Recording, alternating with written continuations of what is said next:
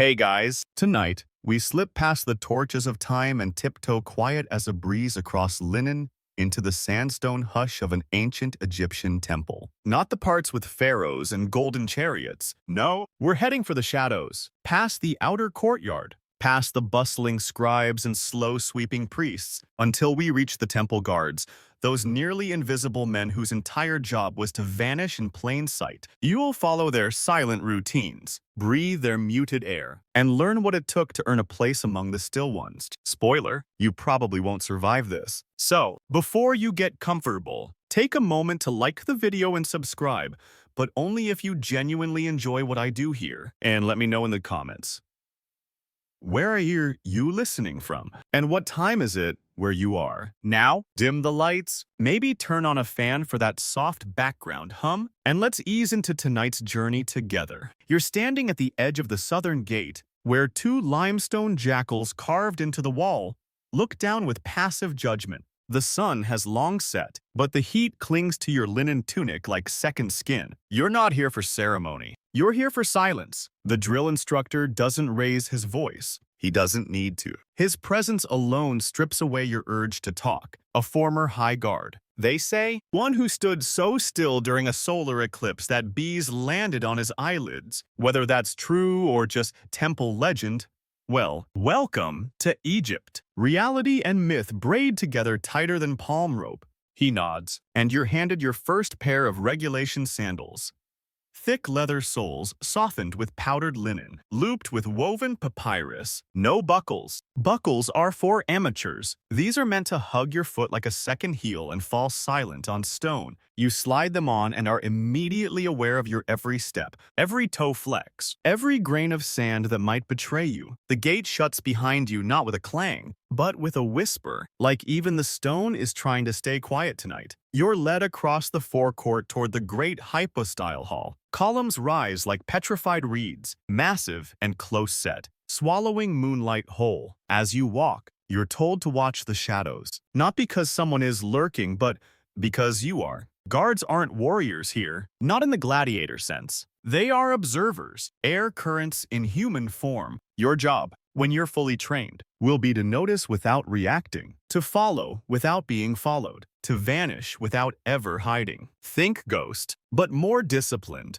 A young trainee next to you sneezes, and the instructor doesn't flinch. He just stops walking, turns, and points. The boy is led away. You never see him again. Maybe he's being retrained. Maybe he's cleaning papyrus scrolls for the next 7 months. Or maybe, just maybe, he broke the first rule of the temple guard. Never call attention to yourself, not even with your body's betrayals. You're brought to a low stone bench at the temple's training quadrant, known as Bek Sekem, loosely translated, the place of strong quiet. A misnomer. Because here, silence is not strength. Silence is survival. A senior guard unrolls a reed mat and sets down a clay vessel. Without a word, he dips his hands inside and begins rubbing a thick gray substance onto his feet. You follow. It smells unkind, like wet reeds and regret. That's crocodile dung, used not just for scent masking, but oddly enough as ancient SP. You won't see the sun much, but still, they say it connects you to Sobek,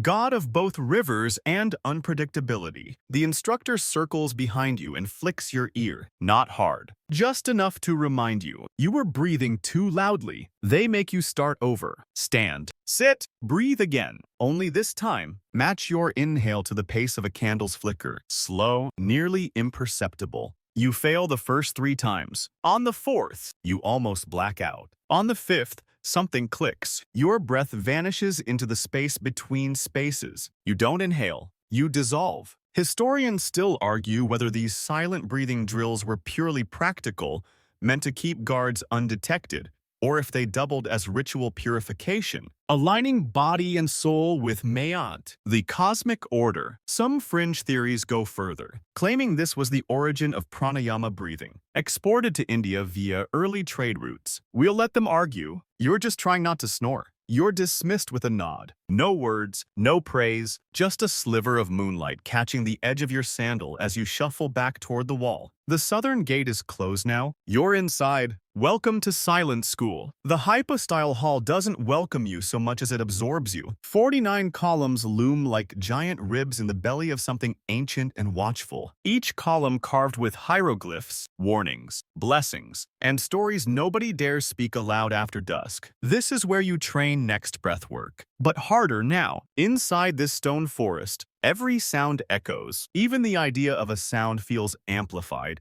A cough becomes thunder. A sigh might wake the statues. You're told to sit beneath the third column from the left. It's the one with the carving of Thoth in ibis form, offering a papyrus scroll to a kneeling pharaoh. It's also where the air shifts most subtly. The masters say this corner trains your lungs best because the breezes here barely move, and you mustn't either. The instructor places a flame, just a tiny one, on a bronze plate before you. Your task: breathe in sync with its flicker. When it flares, you inhale. When it dims, exhale. But if you exhale too hard, it'll go out. If you hold too long, you'll faint. Fun, right? Your first 3 tries are a mess. The flame goes out. Your chest aches. You feel dizzy. But you're not alone. The room is filled with others, each in silence, each locked in this strange dance with the flame. One kid does pass out. They drag him away gently. His name was Horemheb. He probably had a promising military career somewhere that didn't require candle therapy. Eventually, you find a rhythm. Your breath matches the flicker. The flicker follows your breath. It's not just physical. It becomes meditative. You stop thinking about breathing altogether. Your body forgets itself. And then your ears open. Not literally, of course. But when the breathing becomes effortless, the silence around you deepens. You hear things you weren't supposed to. A rustle near the ceiling, bat wings, the distant slap of water from the sacred lake,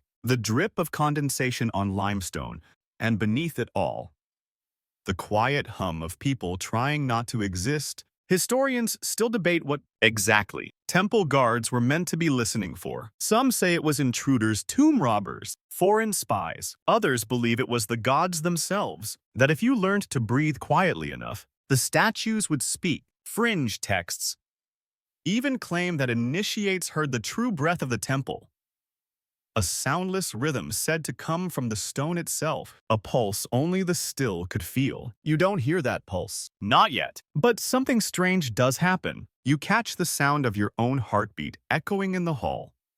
Not pounding, not nervous, just there. Steady, present. The instructor finally gestures you forward. You pass, no one claps. That would be barbaric. Instead, he smears a bit of dark oil across your foreheads. Castor and blue lotus. Smells like midnight and strange dreams. It's meant to keep flies away, but also to train your body to crave silence. You begin to associate that smell with peace, breath, control. That night, you're given your first cot in the outer barracks. Not quite within the temple proper, but closer than the courtyard. Progress. You sleep like a stone, except you don't. Every whisper, every shift in the wind wakes you, because now, even silence feels loud. A few of the older guards chuckle at your restlessness. One offers you a grain-stuffed cushion that smells like date pits and old sweat. You'll get used to it, he says, or you won't. Either way, the temple always wins. He turns over and resumes his silent breathing, a perfect rhythm that calms the entire barracks. You try to copy it. And again, you find yourself slipping into that quiet space between sounds, not asleep, not fully awake, somewhere in between. Before you drift off, a strange phrase floats through your mind. Something one of the scrolls said during training. The loudest guard is the first to die. You don't know if that's metaphorical or literal, probably both. By the next morning, you're already someone else. Not in name, not yet, but in awareness. You wake before the sunrise horns, and sit up before your body tells you to. A week ago, you might have groaned, stretched, complained silently about the cold stone. Now, you listen first, stillness. Then, footfalls, not yours. Training resumes before breakfast. No greetings. You're led by lantern light through a side passage. Walls slick with salt sweat, from ages of human breath and desert condensation. The corridor narrows until you reach what's lovingly referred to as the ointment room. Spoiler, it's worse than it sounds. Here, the guards are coated in preparations an ancient recipe of crocodile dung, charcoal, natron, and myrrh, all mixed with date syrup and what might have once been mint. The goal is scent suppression, skin lubrication, and friction reduction. You're told to rub it under your arms, behind the knees, even between your toes. One misstep in a narrow hallway could cost someone a shoulder or a secret. The scent is legendary. It sticks to you even in memory. You will never smell dates again without a faint whiff of swamp monster. But here's the twist. It works. The training hallway leads you to a floor made of etched alabaster. You're handed a length of obsidian powder, yes, actual powdered volcanic glass, and told to scatter it evenly across the hallway ahead of you. It's black and sparkly, like dangerous glitter. The purpose? To detect every footfall. You step forward. Crunch. You're told to stop. The instructor sighs. He picks up a long palm leaf and brushes the powder smooth again. You try again slower this time. Heel first, then toe. Roll your foot like a wave. Press the outside edge, not the arch. Still, crunch. The trainee next to you removes his sandals. Bold move. His feet are already blistered from yesterday's drills, but he moves forward barefoot. No crunch. Of course, he also cuts his foot open 2 steps later on an invisible shard of glass. Trade-offs. Eventually, you're given a tip. Wet the sole of your sandal with a bit of oil. It softens your step, makes you less detectable. You try it. Silence. The room nods its approval. Historians are still unsure whether this obsidian powder ritual was a daily drill or a ceremonial rite. Some say it mimicked desert wind tracking. Others suggest it trained guards for nighttime espionage missions, silent insertions into enemy tombs. Then there are those who believe it had religious connotations that by erasing your own presence, you were paying homage to the gods of the underworld, whose servants were invisible by nature. Either way, it teaches you something invaluable. Silence is not a lack of sound. It is the act of mastering echoes. Later that day, you're taken to the reflection pool, a shallow basin filled with dark water. Your task, to walk its edge without disturbing the surface. One ripple, and you start again. They say the best guards can walk its rim and see only the stars, unshaken by their own movement. You don't quite get there, but you do better than most. At one point, a frog hops into the water and startles you. Your left foot splashes slightly. You curse inside your mind, but your instructor only smiles faintly. If a frog notices you, he says, "You're still a man." If the frog forgets you came, you're a guard. A little poetic. Sure, but you won't forget it. That night, back in the barracks, someone passes you a scrap of dried date, a peace offering, a reward. You chew it quietly, slowly, back teeth only. Even your jaw makes less noise now. It's unsettling. One of the senior guards, an older man with eyes like polished limestone, leans over and whispers, "Tomorrow comes the whisper test. You'll either hate it or vanish inside it." You ask what that means, but he's already asleep, or pretending. The room falls still. Somewhere outside, a jackal howls, and in your ear, your own breath sounds like thunder. The whisper test is not what you expected. You thought it would be a hushed conversation, maybe repeating sacred phrases, some recitation about vigilance or duty, maybe an essay in whispers. But no, you're woken before dawn and led in a single file line to the whisper chamber, tucked behind the temple's northern wall. No torches this time, only moonlight, filtered through high slits. The room is circular, acoustically cursed. Every whisper bounces, every breath curves. You're told to stand in a ring, 7 of you, all trainees. In the center sits a simple clay bowl filled with sand. The test is simple. Whisper your name into the bowl, and the instructor standing on the opposite side of the circle must hear it clearly. But here's the catch. You must whisper so softly that the guard standing directly next to you does not hear it. You think, "Okay, I've done worse." You haven't. The first trainee leans in. He whispers his name. The instructor cups his ear, says nothing. The trainee next to him smirks. He said Khufu.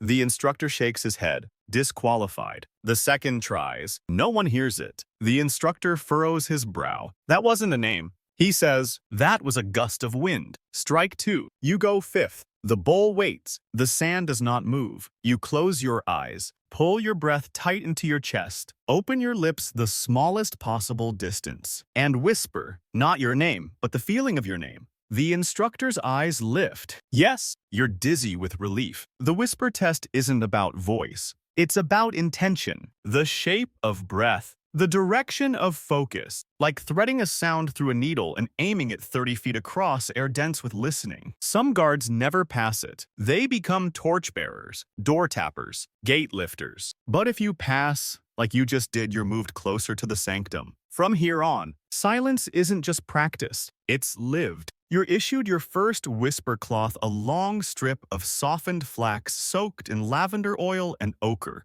worn loosely around the mouth and nose. Not a gag, not a veil, just a reminder. Your breath belongs to the temple now. Your next challenge is the sand walk. You're blindfolded and brought to a wide square filled with fine river sand. Somewhere inside it, you're told, is a single beetle crawling. You are to cross the entire square without disturbing it. And no, you may not locate the beetle first. That would be cheating. Also, no one has seen the beetle. Some say it's symbolic. Others swear it bit them. You shuffle forward. The sand is loose at first, but then you feel where it shifts. You change your gait. Wider stance. Toes before heels. Less push. More glide. It takes forever. But then, you finish. No sound. No scream. No bite. Excellent. Someone says behind you. The beetle is still writing. Wait, writing. Apparently, beetles were seen as divine recorders, tiny scribes for the gods. If you disrupted their paths, you were erasing sacred text. You wonder how many prayers you might have deleted as a kid chasing bugs along the Nile. Historians are still puzzled by the beetle test. Was it symbolic humility training? A lesson in divine respect, or just a cruel endurance prank by temple supervisors who'd had too much fermented fig wine? Either way, it works. You walk differently now, not just softly, but purposefully, like every step holds an unspoken apology. That night, you sleep in the inner barracks. Only 15 guards get that honor. The walls are thicker here, the air stiller, and even the snorers snore politely. Your bunkmate, a skeletal man named Mirut, leans over as you lie down. Tomorrow's drill is the hardest. He whispers, not walking, not breathing, not silence. What then? You whisper back, stillness. You roll over, pretend not to be nervous. But you are stillness. You think is just silence's angry older brother. Stillness is not what you assumed. You imagined standing upright, maybe in a cool corridor, holding your breath. Easy stuff. Instead, you are marched into the sun court and opened, unforgiving square of white limestone where light feels like a punishment and shade is a memory. You are told to disrobe down to your linen underwrap, then step barefoot onto the searing stone. There is no breeze. There is no instruction, just one phrase whispered by the lead trainer. You will not move until the shadow does. You glance down, your own shadow sharp, defined. Patient is angled east, stretching across the court like a string pulled taut. It won't be short again until noon. Stillness, it turns out, isn't about discomfort. It's about what discomfort invites into your mind. And in the temple, that's usually madness, or worse, remembering. The first 10 minutes, manageable, your feet sting, but your breath is steady. You recall yesterday's whisper test. You count the beetles you didn't see. By the 20th minute, the heat creeps into your knees. You start cataloging regrets, eating too fast, blinking too hard, speaking in your sleep as a child. You begin to itch everywhere. Your nose develops a phantom tickle, as if a tiny ibis feather is trying to sabotage you. And still, you do not move. Others falter. A boy named Seitao shifts his weight, groaning softly. He's dismissed. No scolding, just a bell, and a hand pointing toward the outer gate. Another boy faints outright. His body collapses like a paper scroll dropped in a pool. No ceremony, just silence. The instructor watches without blinking, possibly without breathing. You press inward, deeper than breath, deeper than ache. You start talking to your own bones. You name them like old friends. Hello, tibia. Hello, patella. Please don't snap today. The sun climbs. At some point, minutes, hours, decades later, you feel a change. The shadow has shifted, just slightly, but it moved first. You win. They lead you inside.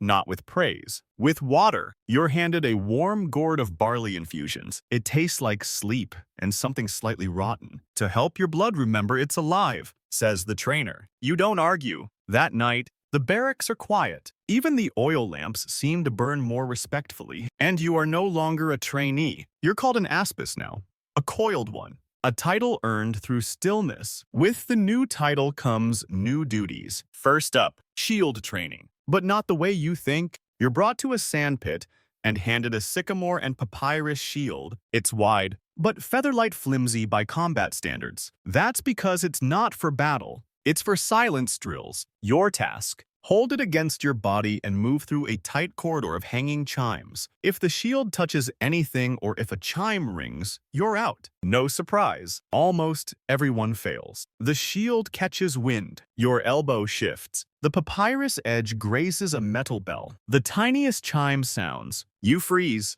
Dismissed. Again, but this time, the instructor lets you try once more. Breathe with your spine, he mutters. Let the shield follow your breath. Cryptic. Sure, but it works. On your second pass, you begin to think less about not hitting the chimes and more about becoming small. You walk like you're apologizing to space itself. You think about how a whisper folds, how a cat's shoulder moves through tall grass. And just like that, you make it through. Historians still debate these shield drills. Some believe they were symbolic, a metaphor for carrying duty without disturbing the peace. Others suggest the shields were used to cover sacred documents during transportation, and guards needed to learn to move them soundlessly across temple grounds. Fringe theorists argue it was all a metaphor for carrying secrets. Whatever the origin, you now know how to hold something without owning its noise. That night, you sit under a fig tree behind the barracks. A fellow coiled one nudges you. Tomorrow, you meet the still ones. You nod. Then he adds, almost reverently, don't blink too loudly. You laugh, then realize he's not joking. The still ones do not speak. They don't need to. Their presence is louder than a war drum,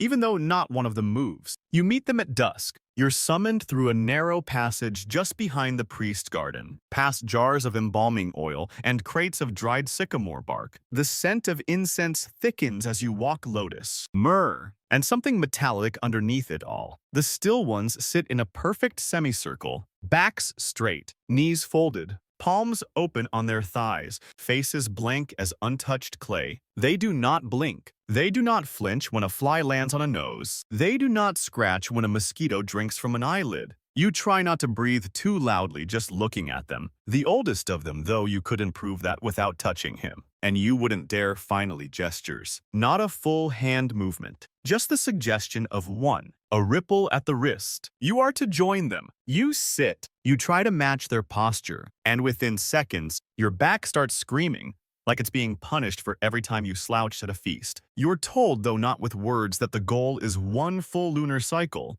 30 nights, without speech, without expression, without shifting weight in a way that others can perceive. Food is brought silently. Fluids, small sips, timed with sundown rituals. You are allowed to blink. Yes, but ideally only once every 30 heartbeats. Your first night, you nearly cry, but you can't. Crying would be movement. A mouse scurries past your foot around midnight. You want to look, you want to flinch. Instead, you study its sound. It sounds like soft cloth brushing over beetle wings. You realize this is your new language now. Soundless symbols. On the third night, one of the other trainees breaks. His ankle spasms. Not much, just a twitch. But the nearest still one tilts his head an imperceptible half-degree. That's enough. The boy is gone by morning. No shame, no punishment, just absence. Historians argue about the still ones. Were they temple guards or something more elite? Some texts suggest they were listeners of the divine breaths, placed near sacred objects to absorb their aura. Others believe they were emotional monitors.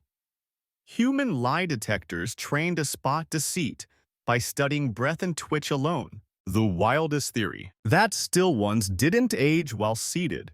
That stillness slowed their clocks. Looking at them now, you almost believe it. They feel fossilized, eternal, not dead, just paused. On the seventh night, You experience your first full-body stillness, not pretending, not effort. You become stillness. Your breath fades until it is nothing more than a soft tide moving across your ribs. Your spine settles. Your legs forget they exist. Even your thoughts come slower, less language, more atmosphere. You start to hear things you've never heard before. The soft hiss of torch wax cooling, the echo of your own blinking, the strange, whispered creak of stone contracting after a hot day. One of the still ones opens a single eye. It locks onto yours, not in judgment, not even recognition, just calibration, as if confirming, you are here now. You are given no rank, no badge, no phrase, but when dawn comes, you're led to the outer sanctum not by a command, but by an absence.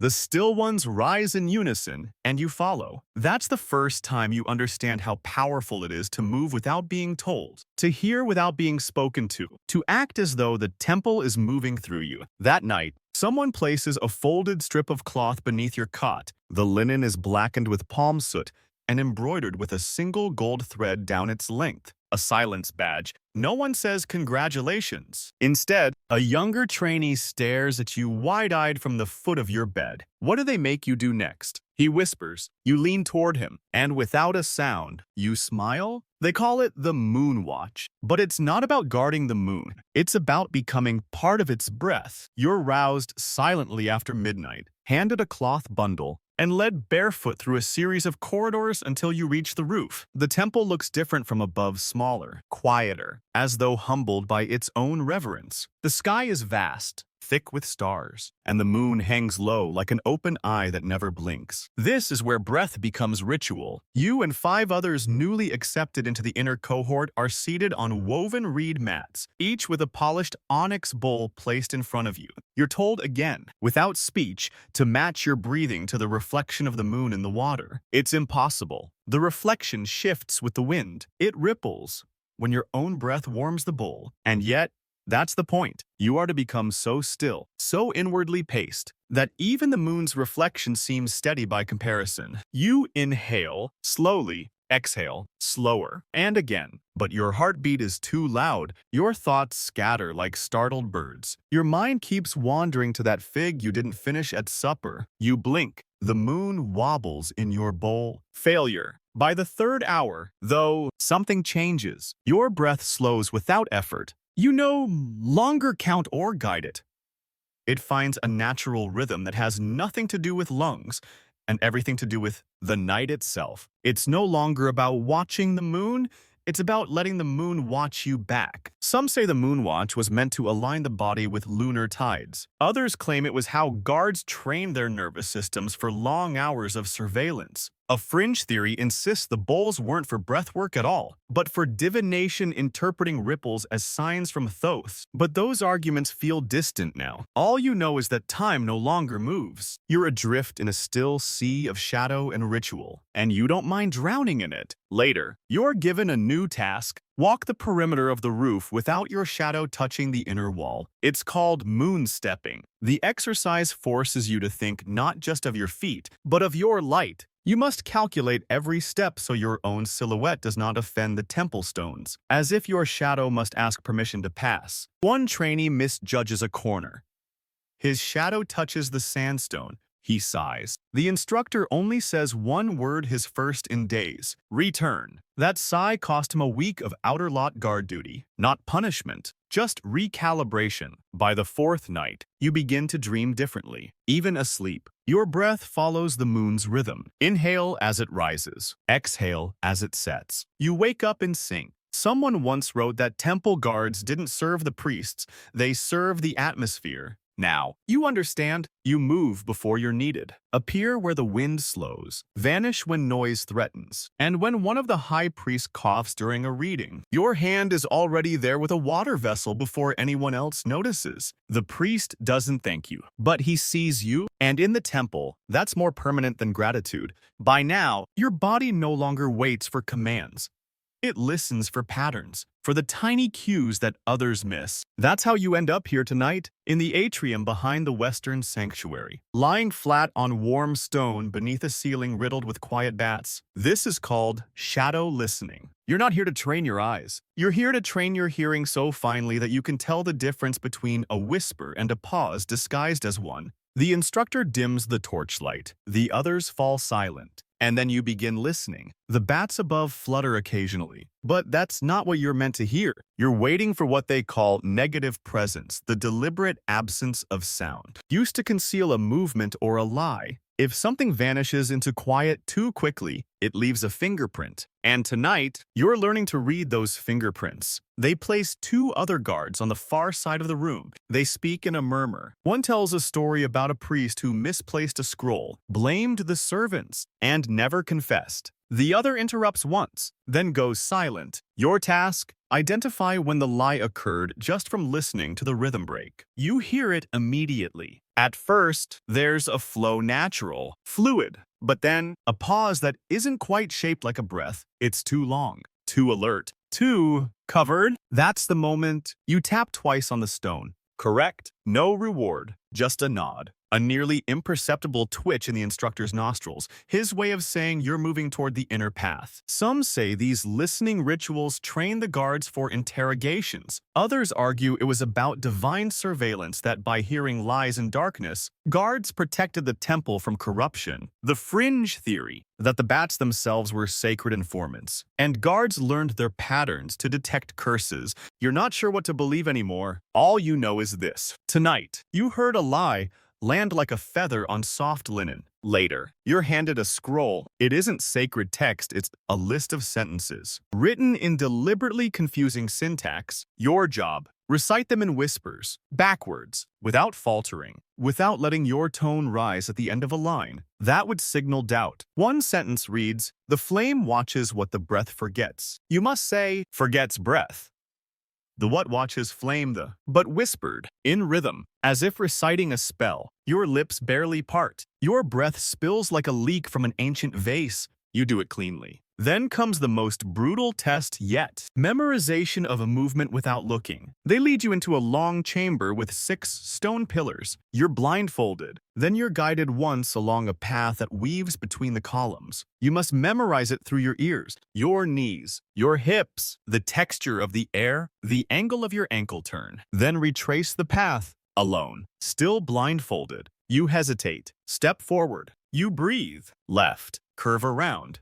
Then forward. Right. Pause. Another left. There's a small draft here. You don't bump anything. You reach the end. The blindfold is removed. You're still inside the temple. That means you succeeded. That night, during the silence meal, someone places a dried fig on your plate. That's temple speak for you passed the hardest part. Because tonight, you didn't just listen. You heard absence. You heard shadow. And once you can do that, you're not just a guard anymore. You're becoming part of the temple itself. Silence, you've learned, has many shapes, but tonight, it grows fangs. You're summoned after the last torch is extinguished. No one says a word. A wax seal is pressed into your palm, shaped like a winged scarab, and you're led into the vault of wings, an underground chamber sealed with cedar doors that creak like old bones. This is not about walking, or breathing, or standing still. This is about hearing what isn't said.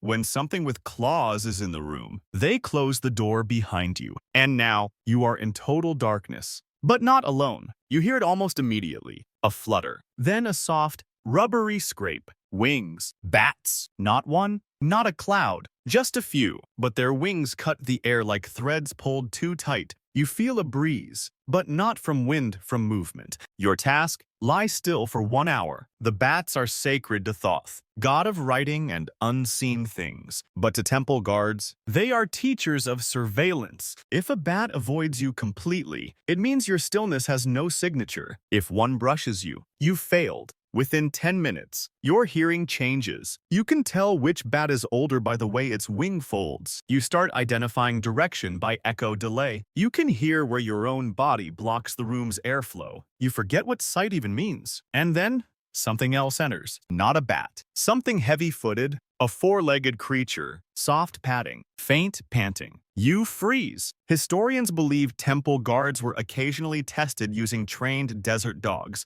creatures taught to search for movement, breath, even fear. The dog won't attack. It's just There, you hold your breath. The dog sniffs once at your toes. A moment later, it turns and pads away. It didn't bark. It didn't growl. You passed. When they finally open the door, you're sweating. But still, the head instructor nods once and places a palm on your shoulder. That's new. Physical contact is rare. It means something. You return to your cot. On it, a simple token. A length of knotted rope, dyed black. It's a whisper leash. You're now cleared to eavesdrop. Not that you want to, but the temple doesn't function on want. It functions on need. And what the temple needs is listeners. The next day, you begin your final phase of training. Memory work. You're brought to a quiet room with a painted ceiling, stars on lapis, falcons mid-flight, lotus petals falling in slow motion. You sit in the center while two priests read aloud. They speak in alternating sentences, weaving together a complex story. It's deliberately confusing. One line is about a merchant, the next a prophecy, then suddenly a number, then a scent. Your task: recall the entire thing, in reverse. Later that night, you're allowed no ink, no chalk, just breath and brain. Some guards train for years before passing the memory trials. You get one shot, but here's your secret. All that silence, it made space in your mind. By now, your breath is your rhythm. You tie each memory to it, like hanging offerings on a thread, line by line, scent by scent. You braid the narrative together. That night, as you sit before the instructor, you begin whispering the story backward. The merchant's jar breaks before it was dropped. The falcon returns to its perch. The dream ends before it began. You finish. Silence. Then, accepted. No ceremony. No chorus. Just that word. But in the temple, it's worth more than gold leaf or carved names. You are now a full guard of the inner sanctum, a breather of stone. And your final test, you'll find out tomorrow. But tonight, your reward is simple. Sleep uninterrupted. And for the first time in weeks, you don't hear your own breath, because now it belongs to something greater. Sleep ends not with sound, but with the absence of one. There's no bell, no whisper, no hand on your shoulder. Just the sudden awareness that the temple has shifted ever so slightly. A hush that feels sharper. You rise. Your sandals wait at the foot of your cot, but you leave them behind. The floor knows your feet by now. Outside, the sky is still dark, but the stars have begun their slow retreat. You are led not by word or gesture, but by rhythm through the north corridor into a long, low-ceilinged chamber filled with flickering oil lamps. Tonight, you eat with the guards, not the trainees. The guards, the ones who haven't spoken aloud since the last full eclipse. The ones whose breaths are so quiet, it's rumored the gods themselves lean closer to hear them. The food is laid out. Lentils, flatbread, fermented goat milk, pomegranate seeds. But there are rules. You chew with your molars only. You swallow without pause. You drink without slurp. And laughter. Laughter must never echo. One guard leans over. He's older, with lines carved deep like hieroglyphs around his eyes and mouth. It's a joke so strange, you almost laugh just trying to decipher it. You don't. Instead, your chest trembles slightly. Internal laughter. That's the goal. They nod. Approved. Historians often gloss over these silent meals, but the records hint at something deeper.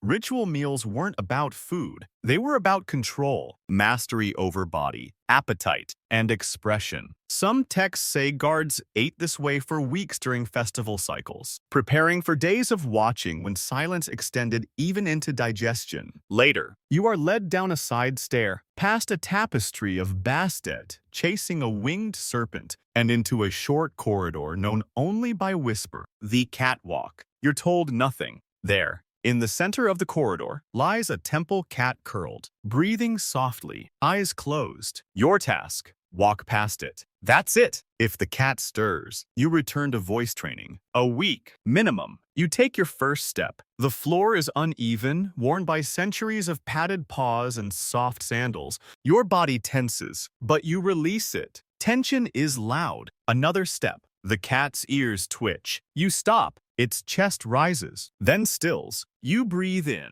barely parting your lips. Your exhale feels like steam escaping from a sealed jar. 3 more steps. You pass. The cat doesn't move. But just as you reach the end of the corridor, it opens one eye. Just one. It looks at you, holds your gaze, then slowly closes it again. You are not dismissed, but not approved either. The instructor later places a small circle of red ochre on your palm, a mark of noticed, not failure, not success, just noticed. That night, you don't sleep, not because you're punished, but because your mind replays every step, every breath, every twitch of feline muscle. You wonder, was the cat part of the test, or was it the one administering it? Historians still debate this. Some believe temple cats were trained evaluators, rewarded for ignoring only those who passed. Others argue it was symbolic if the sacred animal tolerated you. Then, the gods might too. Fringe texts go further, claiming cats could hear spirit breath, the micro-vibrations in your soul when you doubted yourself. You're not sure which theory is true, but the next morning, you find a fresh palm frond at your doorway, folded into the shape of an ear. That means one thing. You're being assigned to scroll duty, and that's serious. You'll be guarding the breath scrolls. Ancient records said to contain divine syllables too dangerous to speak aloud. Some say one phrase could bring rain, another, collapse a wall. Others say they're just deeply boring inventories. Either way, your job is not to read them. Your job is to listen to the air around them, to the silence they demand. And once you can do that, you'll be ready for the final test. The one no one describes, only whispers about. You expect scroll duty to feel sacred. It doesn't, at least. Not at first. You're led to a narrow antechamber hidden behind the Temple of Khonsu's western wall. No torches, no incense, no chanting priests, just dust, shadow, and a door carved so precisely it disappears into the wall when shut. Inside, the scrolls are stacked on angled wooden racks made of acacia and wrapped in protective linen. The room smells like papyrus, desert mold, and something older like secrets no longer interested in being known. You're given no tools, no script, just a seat beside the entrance and a strip of black cloth to tie across your mouth. A reminder, no breath shall touch the scrolls. Your task, sit still, silent, listening. For what? No one tells you. Hours pass. Nothing moves. You count the ribs of a scorpion fossil, embedded in the stone near your foot. You trace the grooves in the floor where 1,000 sandaled heels must have once stood. Then, a whisper, not from a person, from the papyrus itself. A scroll uncoils, not physically, just audibly, like the shift of linen against stone. A breath where there should be none.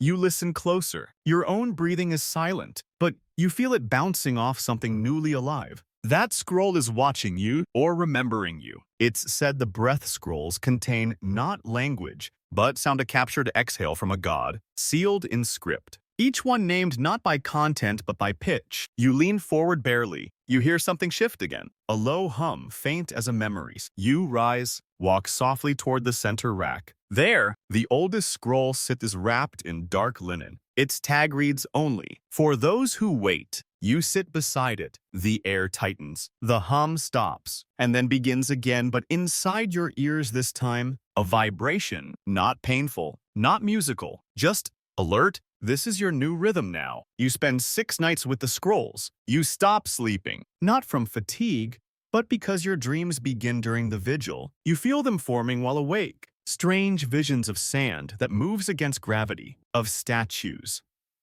Breathing fog. Of your own name spoken backwards by things with no mouths. On the 7th night, you're brought a bowl of hot barley mash and 3 dried figs. No one says it, but it's your graduation meal. Afterward, a guard places something in your palm, a small carved figurine, Bastet, the cat goddess. You look up. The same temple cat from the corridor stands at the doorway, watching. She blinks, walks away. You follow, out of the scroll room, out past the training halls, past the whisper chambers and the fig tree behind the barracks. She leads you to a wall you've never noticed before. It's blank until she sits. Then a door opens. No sound. Inside is a room with no corners. The walls are curved. The floor, soft with woven reeds. And in the center, an elder. Not a priest, not a commander, just a man. He looks at you and says your name. You haven't heard your name spoken aloud in weeks. It lands heavy, like a bell in fog. Then he asks,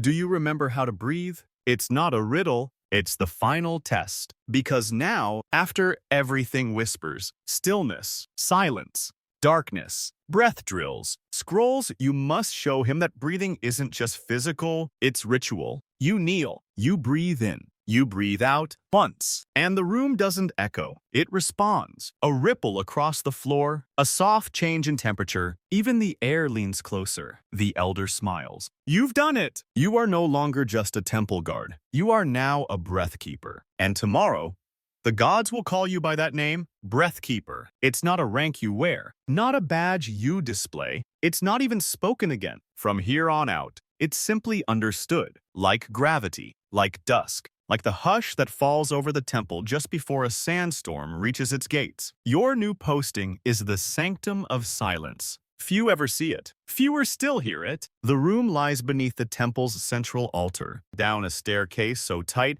you have to exhale just to pass through. The air grows colder as you descend, not from lack of warmth but from absence, like the very sound has been scraped out. At the bottom, a stone door slides shut behind you. It makes no sound. Inside, the sanctum is empty, at least to the eye. To the ear, it's a different world. You hear your blood. You hear your breath shaping the inside of your skull. You hear the way your heartbeat talks to your joints. This is the final place, the breathing chamber of the gods. Your role is simple. Sit in the center of the room for one full night and record, mentally, every sound you hear. But, and here's the twist, you can't move your lips. You can't write anything down. You must remember it in your breath. This is where the scrolls of sighing were once kept, texts so delicate, so spiritually charged, they were read only through rhythm, never aloud. One exhale meant arrival. Two short inhales meant witness. A staggered breath meant return the offering. You sit and listen. At first, there's nothing, just the soft internal static of your body adjusting to silence. Then, slowly, faintly, patterns. A drip, far away, possibly symbolic. A crack in the wall. A tiny expansion, like a stone stretching its legs. A whisper not spoken, but felt like someone thinking too loudly. You inhale with the shape of a question. The room exhales with the shape of an answer. Somewhere in the darkness, you feel something ancient press its memory into yours. A presence, not hostile, not familiar, but observing. Not the gods, exactly. Not in the grand statue-toppling sense, more like the memory of the gods, the residue of attention. You breathe again. The air answers. The ancient priests believed that this chamber amplified divine patterns, that by breathing in silence, one could exhale understanding, that the room was not an echo chamber but a thought mirror. Fringe scholars say it was once used to decide trials. The accused would sit here, alone, and the silence would reveal the truth, not through confession but through whether the walls responded. You begin to feel what they meant, because now your thoughts aren't private. They bounce back at you, sharper than before. Doubts feel louder, regrets feel like thunder, but so does clarity. You understand, in one slow exhale, what you've become. Not just a guard, not just a listener, but a keeper of breath-shaped memory. The night ends without a bell. You only know it's over because you stop hearing things. And that's when you realize you've passed. You walk out without speaking, without being told. At your cot, there's a new robe folded precisely. Dark linen with a blue thread down the spine. You wear it only during breath rituals, death rites, and when the temple calls for a quiet march. You've heard of it. Everyone has. No one speaks of what it means. Only that, when the quiet march begins, the entire temple listens. The temple smells different on the day of the quiet march. Less of incense, more of dust. Not neglect, but memory. The kind of dust that settles only when no one dares disturb the air. You are awakened before dawn by a single breath, not yours. A senior guard exhales gently over your forehead. A signal older than language. Rise. It's time. No words are exchanged. You don your ritual robe, dark linen, soft from oil and prayer, with the blue thread down the spine to represent divine direction. You wrap your whisper cloth across your mouth, though no one will be speaking today. That's the point. You and 7 others each now. A full breathkeeper lineup at the edge of the southern colonnade. The sun hasn't crested the horizon, but already the shadows stretch like they know where to go. The march begins. You walk in unison. No drums, no chants, just the sound of breath, perfectly synchronized, like wind moving through a papyrus grove. The quiet. March is only for sacred transitions when something is being taken out of the temple or returned. You don't yet know which this is. The path leads you through the court of offerings, past the statue of Amun, eyes inlaid with lapis lazuli, always watching. Even now, he says nothing, but the weight of his gaze feels heavier today. Then you see it. A single funerary jar, unmarked, ancient, small. You realize what's happening. This is a voice vessel, one of the old ones. It contains a breath, a real one. Someone's last exhale, captured in linen, sealed with resin, and stored in a jar for safekeeping. Why? Because some believe that the last breath of a temple scribe, especially one who died mid-sentence, held unfinished knowledge, dangerous, incomplete, or holy. Your job today, to bury it, not in sand. In soundlessness, you carry the jar not with your hands, but in a slung cloth cradle, swaying with the movement of your chest. Its weight is strange, not heavy, not light, just known. As you descend into the temple vault, you notice something odd. The bats are gone. You pass through the echo corridor. Nothing returns. You are beneath even the sanctum of silence now. The walls are smooth, unmarked, uncurved. No hieroglyphs here. Nothing to record. Because this is the room that listens. And today, it listens to a breath returning home. You place the jar in its alcove, step back, and exhale once, slowly. Everyone else does the same. 8 breaths, then none. You stand there, not waiting, just present. A few minutes later, a soft breeze brushes your ankle. There is no wind in this room. That was the jar. Accepting. Some historians claim the voice vessels were mythical ritual objects never truly used. Others argue they stored coded messages, to be read only by those trained in silent translation. One wild fringe theory insists they were part of a forgotten language, where meaning lived not in words but in the air that carried them. You leave the vault. The march ends where it began. No applause, no nods, just dispersal. But that evening, something small appears on your cot. A loop of bronze wire, tied with a bit of indigo thread. You've seen it before. It's a breath-holding loop used by the oldest guards during storms or sacred fire rituals, where no air may be wasted. It's not a tool, it's a responsibility. A reminder that you are now trusted to hold breath for others. And next time, you'll be the one teaching someone how to breathe so quietly that even the past can't hear them coming. The storm comes 3 days later. Not from the sky, but from within the temple itself. At first, it's only a murmur. A priest missing from morning ritual, a scribe found asleep at his post, a broken offering bowl discovered shattered with no wind, no intruder, no visible cause. But the elders are uneasy. They summon the breath keepers, not to investigate but to listen. You're led to the eastern wall, a section known only in passing as the wall of stilled words. No one ever speaks in its shadow. Not even the wind dares to. You and 3 others kneel before it. You are each given a cloth blindfold and a strip of copper, a conductive token to wear around the wrist, to attune your pulse to the vibrations beneath the wall. What follows isn't meditation, it's confrontation. You're not trying to find a sound.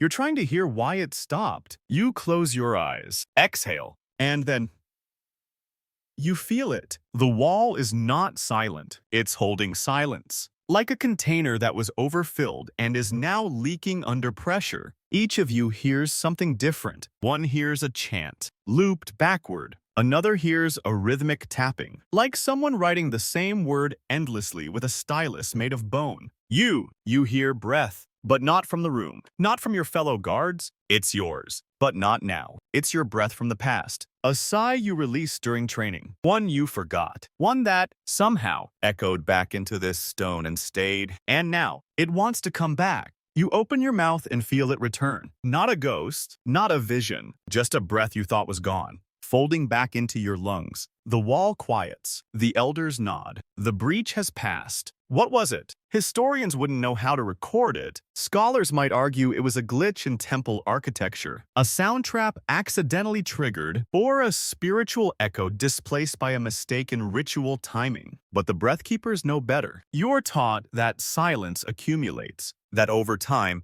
it must be balanced, released gently. folded into ritual, or it will find its own way out. That night, you're given a task rarely assigned to anyone below senior level. Initiate a new trainee. You find them outside the barracks, young, too nervous to stand properly. Their eyes dart from torch to shadow, trying to decode your silence. You don't speak. Instead, you pass them a strip of powdered linen sandal wrap, the beginning. Then, your whisper cloth, the invitation. They take it. Slowly, you see their chest rise, too sharp. You exhale once. Their body copies the rhythm. You smile beneath the cloth. The tradition continues. In this temple, breath is the only inheritance, and silence is how it is passed down. And now, it is your final night. Not as a student, not as a listener, but as something stranger, something quieter, something that doesn't exist outside the temple walls.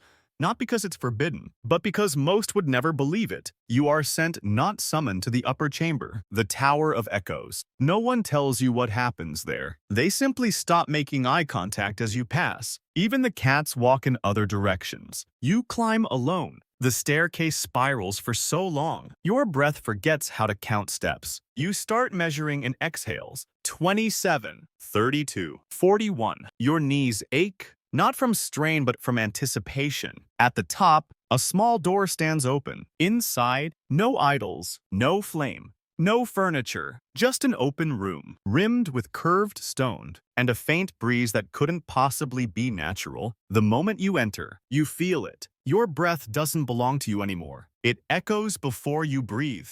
You exhale and the sound returns a split second earlier. You inhale and it catches in your throat, like the room already knew what you needed. This is the breath loop. You sit, the ritual has no name. You simply begin to breathe, and the room begins to breathe with you, not in sync. In anticipation, it predicts you. The inhale before your fear, the sigh before your doubt, the quickened flutter when you remember your name, your family, the hot dust of the outer fields. The loop corrects you, softens you, brings you back to rhythm. This is not about mastery. It is about returning what was never yours. You exhale years of memory. You inhale stone. You exhale self. You inhale temple. And eventually, there is no you at all. Only breath, only stillness, only silence, folding itself again and again into your chest until you can't tell whether you are breathing or being breathed. Some say the breath loop is a training device. Others say it's a spiritual tuning chamber. A few believe it's alive, but none deny this. When you leave the tower, you are not the same. Your footsteps are quieter, your gaze steadier. Your very presence slows the world around you. And when a novice stumbles during meal silence the next morning, you don't scold them. You just breathe.